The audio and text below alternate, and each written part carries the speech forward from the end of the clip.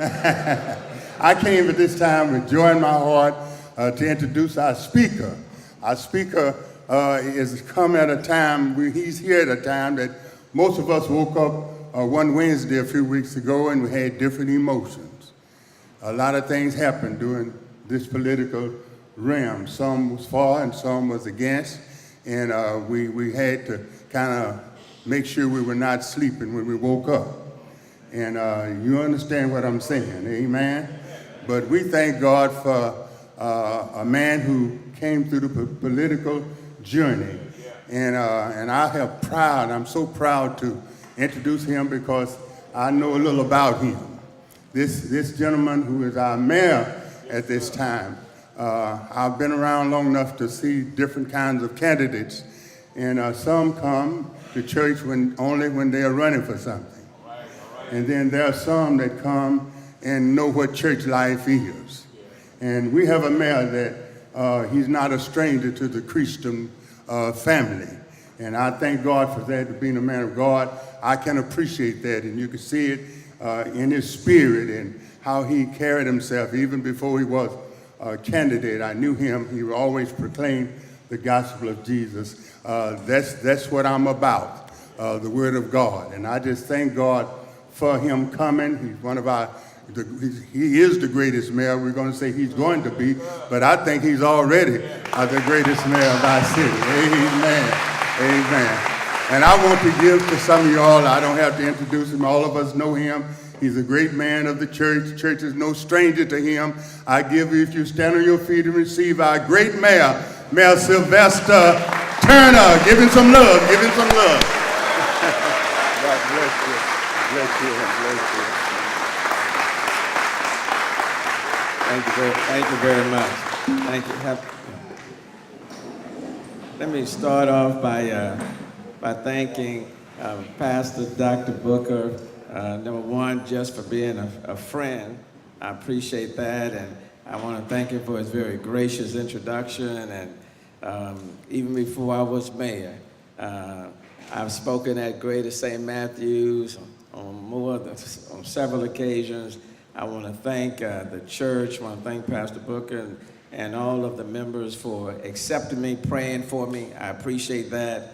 And then, in fact, about 1 year ago today, well, not today, but right around this time, I came on the campaign trail, was sitting right over there where the principal of Jones is sitting, and spoke at this particular fellowship a year ago.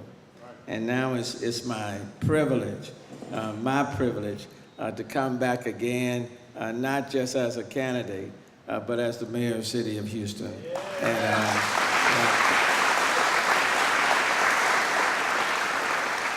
if I haven't already told you thank you, let me just say thank you. Let me thank you for your prayers. Let me thank you for your support, your vote, and even if you didn't vote, let me thank you. Let me thank you anyway. It's my honor and privilege to serve you as the mayor of the city of Houston. And then the other reason why I couldn't wait to get back when Brother Basil sent me a text and asked me if I could come. The food last year was just off the chain. It was so good last year. I took some of it away as I was headed to my next campaign stop. So I said I didn't eat too much today, so I'm here back again, and but no, it's my privilege. You know, I was in the legislature for 26 years, and when I've been in the legislature I was in my 24th year, and I made a decision, Pastor Booker, that I was not going to run again. I decided that I was going to take the advice of an 8th grade speech teacher who told me to learn to cut off the speech while people still want to hear more. And so I decided I was going to apply that to my public service. So after being in office in the legislature for 24 years, I decided, I'm not going to run again. And so I told the people in my district, I'm from the north side, Acres Home, I told the leadership out there, I said, I'm not going to run again. And one of the seniors out there who has been with me, supportive of me for 26 years, she raised her hand. Some of you may know her, Ruby Mosley. We call her the general out there in Acres Home. She raised up her hand and she said, Representative, are you saying you don't like it anymore? I said, Miss Mosley, no, I'm not saying I don't like it. In fact, I still love it. But I think it's a good time to leave while y'all still want me to stay and while I still want to stay. And so she said, you're not effective anymore? I said, no, that's not it. I'm still effective. That's not the reason. I just think that this is my time where I can step to the side but still help someone else who's going to follow after me. And so I made that decision. And then she told me, she said, well, look, let me just say this, young man. She said, Ms. Mosley is in her early 80s. And if you are telling Ms. Mosley that you're going to park your car because you no longer have any fuel in the tank, Ms. Mosley will understand. But if you are telling Ms. Mosley that you're going to park your car and God has still put fuel in your tank, Ms. Mosley will not understand. She said, I'm in my early 80s, and every time you've called for a meeting or you needed something, Ms. Mosley has shown up because Ms. Mosley still has some fuel in her tank. Now she said, I'm not necessarily telling you to stay where you are, but you better find some place to take this car if God still has fuel in your tank. And I laughed it off, and as I was driving home, that conversation played over in my head over and over and over again. And 2 weeks later, some people came to me and asked me about running for mayor. And at first I said no, been there, done that.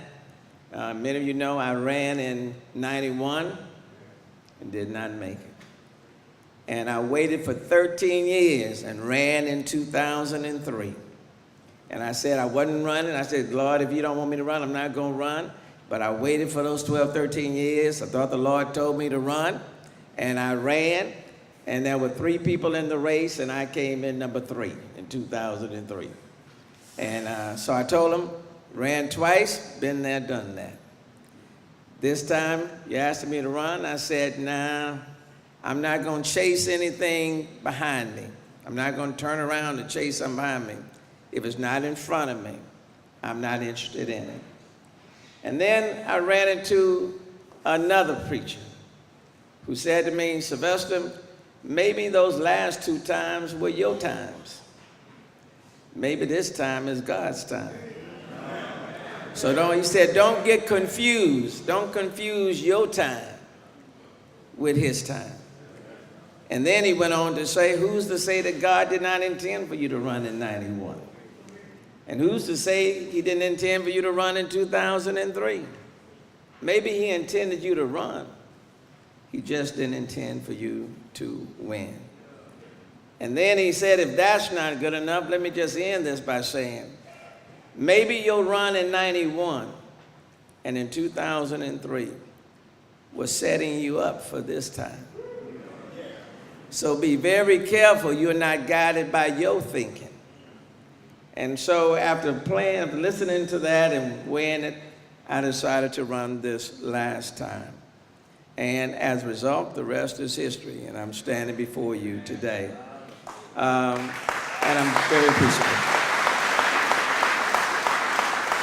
My point is, and staying with the thing, there comes a point in time we have to learn when to step out. As men, we have to learn when to step out. And it doesn't necessarily mean that it falls in line with our way of thinking. Because sometimes we are called to step out when we don't even feel like stepping out. But it's not about how you feel. It's about the mission and the assignment that we've all been given. And sometimes as men, I know we can all say there's sometimes we do things for our family. Or sometimes we get up and go to work in the morning. Or sometimes we get out there and put up those Christmas lights when we don't feel like doing it. But a lot of what we do is not based on how we feel. We just have to do what's been set in front of us to do. This has been an incredible year. Come January 4th, I will have been in office now for 1 year. It's been 11 months. It's been a fast-moving year. And have we filled potholes? The answer is yes. You know, we filled 45,000 potholes in this city, and I give all the credit to the employees of the city of Houston. I give them all the credit. Have we gotten the city's finances under control? When I came in office, the city was $160 million in the hole. 160, the worst budget recession shortfall since the Great Recession for the city of Houston. But with the help of people who were willing to work with me, we got that done. We're working on some major issues that we're trying to address. But let me tell you what really has struck me the most, beyond the budget and potholes and all of that and the things we deal with at City Hall, because I don't want to spend a lot of time talking about that. Let me tell you what's been most striking to me. I was at an event about 5 months ago. Boys, it's like Boys to Men, kind of like a rite of passage sort of program. And kids were anywhere from 9 to 18 years of old, with all their mentors in the room. These were the mentees. And I walked into the room, and it was held over University of Houston Central Campus. I walked in while the program was already in progress. It had already started. And so I walked in, and so I wouldn't disrupt anything, I sat in a chair along the wall, just along the wall, and I sat down. Well, when I walked in, of course, you got the mayor's detailing everything that kind of walked in ahead of me, so it's kind of hard not to create a little disturbance. But I came and I just sat along the wall.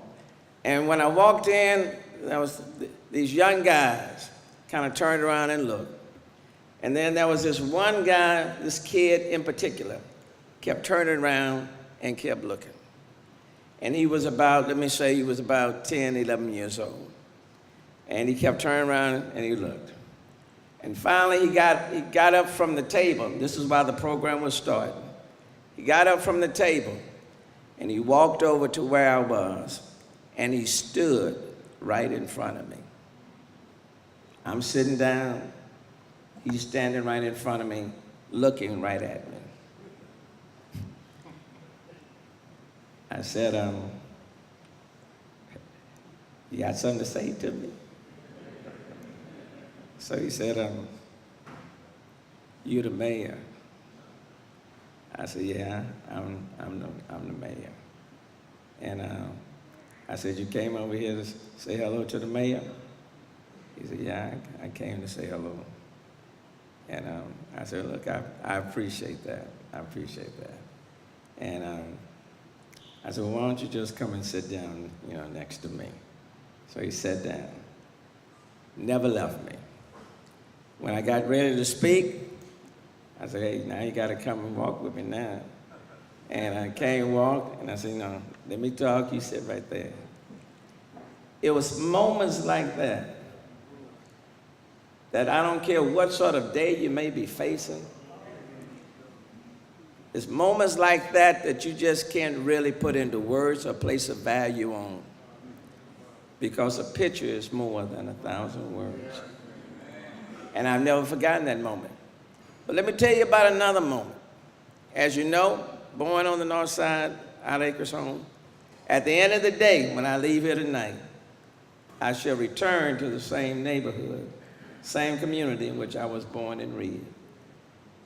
And there are many areas like Acres Home all over this city. And so one Saturday I was out in the yard, and in front of where I live, there's an apartment complex. And The kids had knocked out the planks so they could come from the apartment complex and come down and walk down, through the neighborhood. So I was out in the yard, and here come 8 young men in junior high walking down the street. And as they got closer, I could hear they were having this conversation, and one guy was telling the other 7, he lives over there, he lives over there, he lives over there. They were talking as if I couldn't hear him, but I could hear him, I just act like I wasn't listening. And when they got close enough, the guy that was doing the talking said, say, dude, what's your name? So I said, Sylvester Turner. And then he turns away from me and starts saying to the other 7, I told y'all he lives here. I told y'all he lives here. And I said, they didn't think I lived over here. He said, no. They said, no, he don't live over here. I said, where would I live? Why shouldn't I be living right here? And for the next 30 to 40 minutes, we just had a conversation. The point that I want to make, where we position ourselves will have a great impact on those who are around us. And when many of us grew up, if we tell our own story, regardless of where we may live today, we grew up in neighborhoods and in communities where the principal was right down the street, where the teachers were right there in the neighborhood, where those who were engaged in business right there in the community, where the pastors, the preachers right down the street. They were right there in our neighborhood. But nowadays, it's difficult to find all of those personalities right in the neighborhood. I made a decision for me. I don't try to impose my beliefs on anybody else. That for me, it's important for me to stay right in the sort of neighborhood in which I was reared. And it's more important for me. I don't try to impose it or condemn anybody else. But as the mayor of this city, for me to be in a community like Sunnyside, like South Park, like 3rd Ward, the Trade, like 5th Ward, the Nickel, like Independence Heights, like Acres Home, the Fofo, like a Denver Harbor of the East End, so that our young men, as well as young girls, but our young men, can understand that you can come from the other side of the track. When you can come from communities that may not look like a Tanglewood, a Memorial, or a River Oaks, that you don't have to come out of a household, so to speak, with professionals, doctors and lawyers and engineers, that you can come out of a community where there are still blue tops on the roof from Hurricane Ike, where you can have 9 kids in a 2-bedroom house with a small kitchen. And in some cases, you can look from the front door and look out the back door. That you can come from a community where you don't have all the transportation options or the job and the business opportunities. You can come from these communities. But if God is in the plan, and if you stay focused and stay the course, God can take somebody from some neighborhoods and still elevate them, and so they can be the mayor of the 4th largest city in the United States of America. I know what God can do. I know what God can do because I know what he did for me. And it ain't because I'm so smart. And it's not because I'm so bright. But it's because there was somebody upstairs that looked down on me and gave me favor, that I'm now the mayor of the city of Houston. And I can't forget from whence I have come.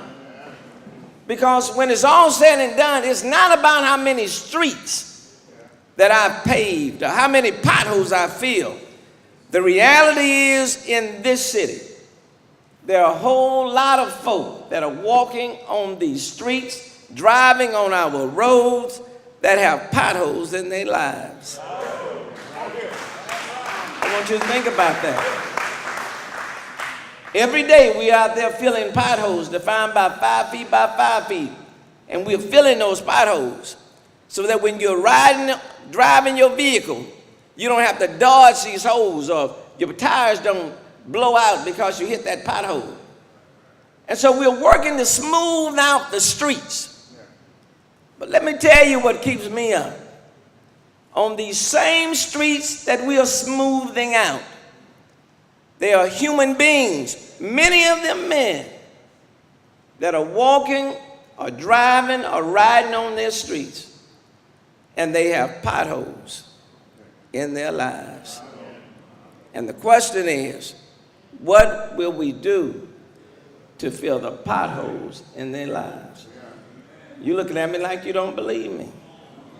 But you can go down Wheeler, Main, and Blodgett under the 59 underpass, and you'll see 40 to 50 men, many of them people of color, that are under those underpasses, and they homeless or transient or on K2, smoking their lives away.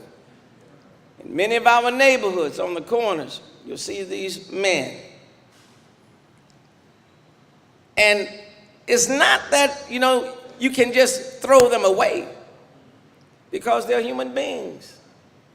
But somewhere along the way, their lives got sidetracked. It may be because they lost their job and they are financially broke. It may be because they are suffering from some form of mental or behavioral issue and they need some help. It may have been because they served in our military, come back home, and they did not getting the proper attention that they rightfully deserve. It may be that they are suffering from some substance abuse and they don't have the necessary treatment to get their lives back on track. Whatever the circumstances may be, the reality is that they're on our streets or they're in our neighborhoods. And but for God's grace, many of us could be right where they are to this very day. And I believe God is calling on us to step out and do our part to reclaim them and bring them back into the fold. And on Saturday, when we were at a feeding, and there were a number of homeless folk that were there, and as I was walking through, just like we were here today, let me tell you, they are not dumb. Some of them were telling me about what I was doing at City Hall. They're not uninformed. Okay. But along the way, something is missing in their lives. And they're needing some assistance to get back on track. And I believe we have been called to be responsive and responsible to getting them back where they need to be. Lastly, I know it's the case. All of us at some point gonna need a little help. I wouldn't be mayor today without your help. Okay, we all gonna need some help. And it's a group thing. I guess the example I would use is that, you know how geese kind of fly? And they fly in formation, kind of like that V shape. And you got that lead goose at the front. And you got all the other geese behind, quacking, quacking, quacking, making a lot of noise. Let me tell you, there's a reason for that. They ain't just doing it just to be doing it. There's a reason for that. You know why they be making all that noise behind that lead goose? It's because as long as they are making that noise, they are encouraging that lead goose to maintain his altitude so that he can keep the pace and keep the height.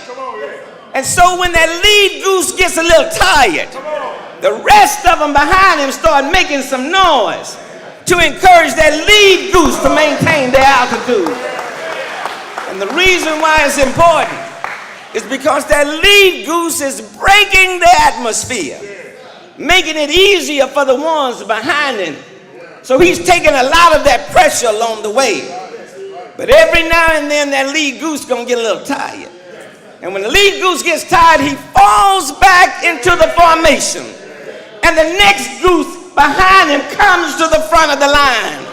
And then the rest of them starts quacking along the way to encourage him to maintain his altitude and to maintain his speed. Every now and then, somebody else got to come to the front, and the rest of us got to applaud him along the way in order for him to maintain his altitude. We cannot expect the lead goose to do it all by himself. Everyone has a part to play in order to get us to our destination. Men, as I go to my seat, what I would say to you, we've got to step out. There's a role for each and every one of us to play. There's no big person and there's no little person. There's no big mayor and there's no little people. Without you, I can't be at my best. But when we work together, we can get where I believe the good Lord wants us to be. And what I'll say to the young brothers, when I came up, didn't have very much. My dad died when I was 13. It was my mom that was that maid that caught the bus going downtown, taking care of 9 kids. That was my mom. But when I came up, it became my time. It became my time. And no one can keep you from getting where God wants you to be. Except you. There's only one person that can keep you from getting where God wants you to be. Now, it may not come on our time, but that doesn't mean it won't happen. And it doesn't mean you're going to get it on lap 1. I didn't get it on lap 1. And it doesn't mean it doesn't come with a little pain, because it will come with a little pain. And doesn't mean that everybody going to always be on your side, because there will be some people that'll drop you right where you are. And there'll be some people that'll talk about you along the way. And sometimes the journey will get a little lonely. But as long as we believe in someone greater than ourselves, God will be all that we need to get us where we need to go. So men, on your mark, get set, and let's go. The Lord is waiting on us to play our part. Thank you for having me.